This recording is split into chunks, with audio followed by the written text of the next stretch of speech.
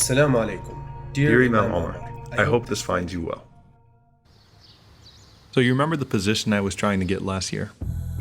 The one my uncle decided to give to someone else because he was more qualified. Well, turns out the guy was awful, and the position is once again vacant. I've got a meeting with my boss, and I'm pretty sure he's promoting me. I've got another year of experience under my belt, and really can't think of anyone more qualified than me. So here we go. Bismillah.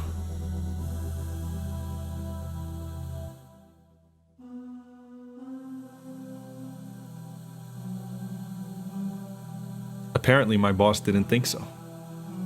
He presented to me my new team lead, Nat, who was the most annoying coworker I'd ever had in my life.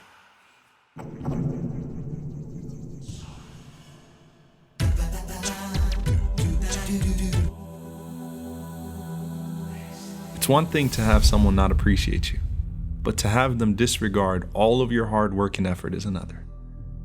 Nat belittled everything I did. And it got to a point where he started to treat me more like a secretary.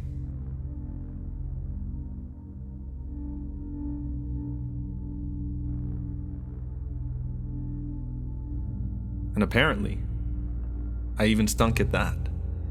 And in his opinion, the coffee was cold.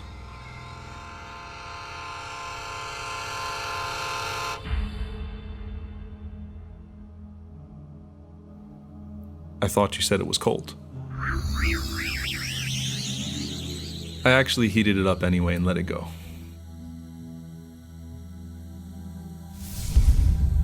As if that wasn't enough, Nat decided that being my lead meant he could treat himself to anything that was mine whenever he felt like it.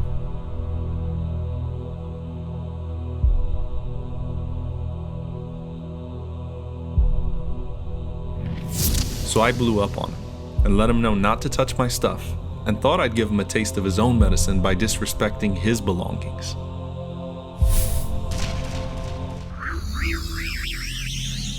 But I remembered the Prophet, peace be upon him, giving his food and clothes to people that rudely demanded it from him. So once again, I let it go. I gave Nat the benefit of a doubt and assumed that he didn't realize how obnoxious he really was. Until he made it very clear to me he really didn't care much for me or my feelings. So I decided I'd show him I didn't care either, and that I'd just chill and work as I pleased.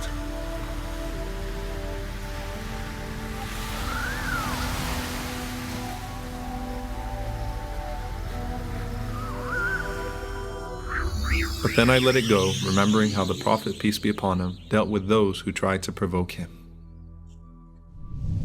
You know, it's easier to be lenient and forgiving when the person getting on your nerves is the one in authority. You pretty much have no choice. And the incentive is not the reward of the hereafter, but simply not losing any worldly benefit. But then it happens. Nat screwed up by giving me a termination notice for the wrong employee. I thought I'd let the big guy handle this one, and wanted it to get as ugly as possible for Nat. So I let our boss call in the employee whose name was mistakenly put on the notice by Nat.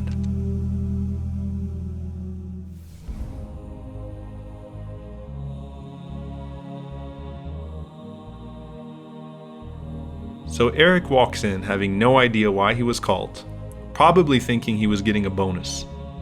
Instead, the boss tells him he's getting laid off because he's been late to work 12 times in the last month alone and wasn't meeting any of his deadlines. Eric insisted that none of that was true, and that's when I came into the picture. Like the natural investigator I was, I proceeded to point out to my boss how Nat incompetently put the wrong Eric on the termination notice and put us all in this super awkward situation.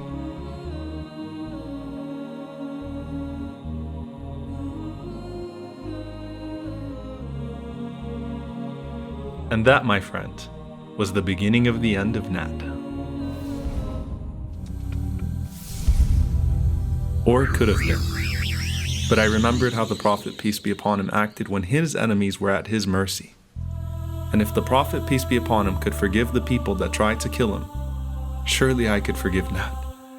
And funny enough, me and Nat actually got close that day, and have been working well together ever since.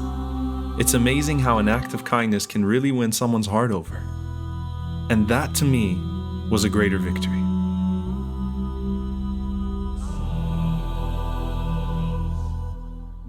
One of the beautiful descriptions of the Prophet, peace be upon him, is that the more you increased in foolishness towards him or in anger towards him, the more gentle and kind he became. In essence, the more bad character you showed him, the more good character he would respond to you with. And that's really a sign of great strength. As Imam al-Shafi'i, rahimahullah, he said that be like the incense, where the more that you're burnt, the more fragrance you actually release. And that's really where you see strength. And that's why the Prophet ﷺ, he said that strength is not in being able to overcome others, but rather it's being able to control yourself when you're angry. In essence, it's a lot harder to control yourself or to overcome yourself than it is to overcome others. Because at that moment, Shaitan attacks you and he tries to get in the driver's seat and push you to the passenger seat, where you just watch the rest of the way as you say things that you're not accustomed to saying and do things that you're not accustomed to doing. But if you're able to stay in the driver's seat and not let anyone under your skin, not let anyone in your head, not let anyone in your heart, not let anyone ruin your life, not even let them ruin your day, then you are showing great strength and you're practicing one of the most beloved qualities to Allah, which is forbearance. And Ibn al-Qayyim rahimahullah, he said something very powerful and profound. He said that when your enemy shoots arrows at you and he misses you, not only have you escaped his harm, but you've also caused him to waste his arrows.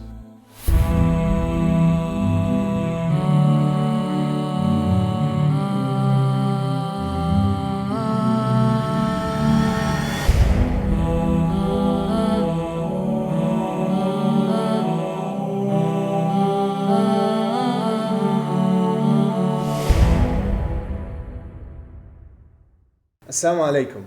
Thank you guys for watching this episode, We thank you all for your support. and we hope that you enjoyed watching it. Share it, inshallah ta'ala, let people know. Make sure you like this video and you share it with your friends. If you haven't watched the previous episodes, make sure you click here. And if you'd like to watch the entire series, then click here for the playlist. Jazakumullah khair. Wassalamu alaikum wa rahmatullahi wa barakatuh.